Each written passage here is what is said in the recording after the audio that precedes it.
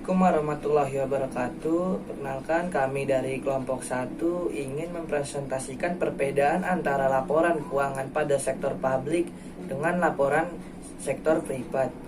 Anggota kelompok kami terdiri dari saya sendiri, ada Aldi Johari, ada Dian Komalasari, dan Adita Husnul Khotimah. Objek kali ini kita memperbandingkan antara laporan keuangan sektor publik pada pemerintah Provinsi Banten dengan laporan keuangan privat pada PT Sumber Alvaria Trijaya Tbk. Untuk mempersingkat waktu, mari kita masuk materi poin 1 dan 2 yang akan dijelaskan oleh Nadita Husnul Khotimah. Kepada Nadita saya persilakan. Assalamualaikum warahmatullahi wabarakatuh. Nama saya Nadita Husnul Khotimah dari kelompok 1. Di sini saya akan menjelaskan perbandingan tujuan organisasi sektor publik dengan sektor privat, yaitu di mana sektor publik tujuannya adalah 1. Bukan mencari laba, 2. Memberikan pelayanan kepada masyarakat, 3. Mensejahterakan masyarakat, dan 4. Menggunakan barang-barang strategis kebutuhan masyarakat umum. Namun demikian, pemerintah juga mempunyai badan usaha milik negara atau BUMN dan badan usaha milik daerah atau BUMD yang bertujuan mencari laba untuk meningkatkan penerimaan negara. Lalu untuk sektor privat, tujuan organisasinya adalah yaitu 1. Mencari laba sebesar-besarnya, yang kedua, meningkatkan kesejahteraan pemegang saham, yang ketiga, mencapai visi dan misi yang telah ditetapkan oleh pemegang saham. Dilihat dari laporan keuangan sektor privat yang memiliki laporan keuangan laba rugi, sedangkan sektor publik tidak memiliki laporan keuangan laba rugi. Kemudian saya akan menjelaskan perbandingan sumber pendanaan dari sektor publik dan sektor privat. Di mana akuntansi sektor publik kita bisa lihat dari laporan keuangan Provinsi Pemerintahan Banten di pendanaan, antara lain 1. Pendapatan asli daerah atau PAD masuk ke LRA, yang kedua pendapatan pajak daerah, yang ketiga pendapatan retribusi daerah, yang keempat pendapatan hasil pengelolaan kekayaan daerah yang dipisahkan, yang kelima lain-lain PAD yang sah. Sedangkan sumber pendanaan pada akuntansi sektor privat dibagi menjadi 2, yaitu internal dan eksternal. Di mana pendanaan internal akuntansi sektor privat yaitu 1. Modal sendiri, yang kedua laba ditahan, yang ketiga penjualan aktiva. Sumber pendanaan eksternal pada akuntansi sektor privat yaitu 1. Utang bank, yang kedua obligasi, yang ketiga penerbitan saham. Baik, materi selanjutnya poin 3 dan 4 akan saya dijelaskan oleh saya sendiri. Materi 3 itu ada pertanggungjawaban, di mana pertanggungjawaban pada sektor publik itu bertanggung jawab kepada masyarakat publik atau masyarakat banyak untuk atas pembelanjaan sarana dan prasarana publik. Atas pembelanjaan tersebut, maka pemerintah publik harus membuat surat pertanggungjawaban atas penggunaan APBN atau APBD-nya. Berikut saya lampirkan contoh salah satu surat pertanggungjawaban penggunaan APBN atau APBD. Ini ada pembelanjaan atas pengadaan ATK perkantoran pemerintah Provinsi Banten. Materi selanjutnya itu materi 4, di mana itu ada struktur organisasi atas instansi pemerintahan tersebut dan sektor privat. Bisa dilihat sendiri dari slide PowerPoint tersebut.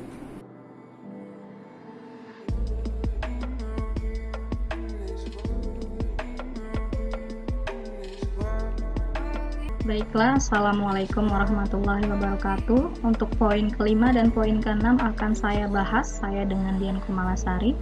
Yang pertama saya akan membahas tentang karakteristik anggaran dan sisi auditor sektor publik dan privat.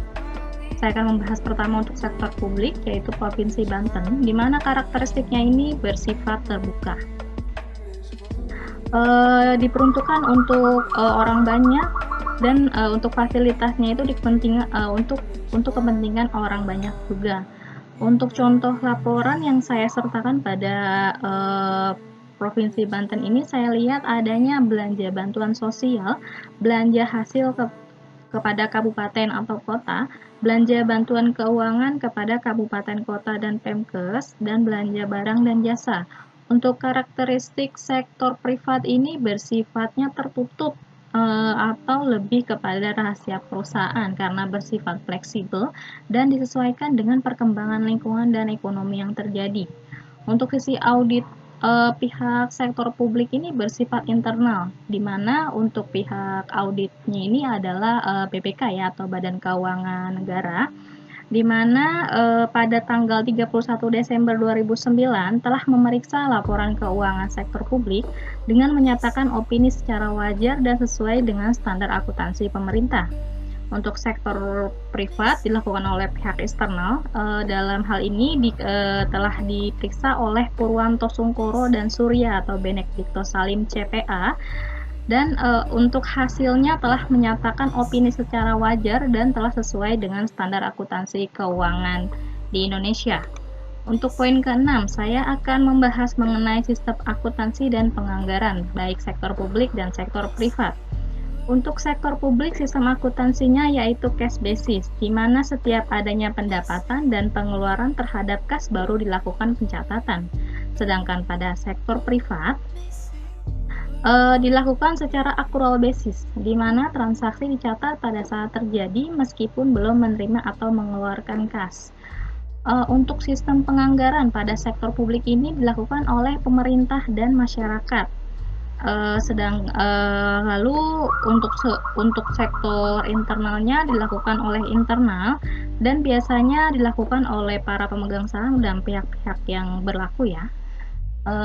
Demikianlah presentasi yang dapat saya sampaikan. Akan saya kembalikan kepada moderator. Kurang lebihnya saya mohon maaf. Wassalamualaikum warahmatullahi wabarakatuh. Terima kasih atas pemaparan perbedaan antara laporan akuntansi yang ada pada sektor publik dengan sektor privat. Selanjutnya saya akan menjelaskan perbedaan antara laporan keuangan yang ada pada sektor publik dan laporan keuangan sektor privat. Pada sektor publik ini kami mengambil contoh laporan keuangan yang ada pada pemerintah Provinsi Banten. Bedanya dengan laporan pada sektor privat yaitu laporan publik, adanya laporan realisasi anggaran pendapatan belanja daerah, di mana laporan realisasi anggaran pendapatan belanja daerah tersebut bersumber dari laporan operasional atau yang kita kenal dari laporan laba rugi. Bisa kita lihat langsung laporan tersebut pada slide tersebut. Selanjutnya itu pembeda lainnya ada laporan perubahan saldo anggaran lebih, di mana saldo anggaran lebih dan akan dikembalikan lagi kepada ke kas negara. Bisa kita lihat sendiri contoh laporan tersebut. Neraca pada umumnya sama dengan laporan posisi keuangan. Bisa kita lihat tersendiri laporan posisi keuangan atau neraca yang ada pada laporan keuangan pemerintah Provinsi Banten. Selanjutnya ada laporan operasional atau yang kita kenal dengan laporan laba rugi. Bisa kita lihat sendiri pada contoh laporan tersebut antara pendapatannya apa saja dan beban operasinya apa saja. Ada laporan arus kas. Bedanya laporan arus kas di sini ada dari aktivitas operasi, kas dari aktivitas investasi, kas dari aktivitas pendanaan, kas dari aktivitas transitoris. Laporan perubahan ekuitas. Laporan ekuitas di sini harus sama dengan yang ada pada saldo neraca. Contohnya bisa kita lihat pada materi tersebut. Selanjutnya saya akan menjelaskan laporan keuangan yang ada pada sektor privat. Contoh laporan keuangan PT Sumber Alfred Reja Tbk. Ini yang saya akan bahas laporan posisi keuangan konsolidasi, di mana konsolidasi ini gabungan antara pusat dan anak-anak perusahaan lainnya. Bisa kita lihat sendiri ini ada perbandingan antara laporan tahun 2018 dan 2019. Ini pertama ada aset, selanjutnya liabilitas dan ekuitas. Jadi harus sama antara aktiva dan pasiva saldo akhirnya. Selanjutnya ada laporan laba rugi. Laporan laba rugi, labanya harus sama dengan yang pada di laporan posisi keuangan. Selanjutnya ada laporan perubahan ekuitas konsolidasi. Bisa kita lihat sendiri pada contoh laporan tersebut. Selanjutnya ada laporan arus kas konsolidasi. Laporan arus kas sendiri ada aktivitas kas dari kegiatan operasi, aktivitas kas dari investasi, aktivitas dari pendanaan. Saldo kas harus sama dengan akhir periode.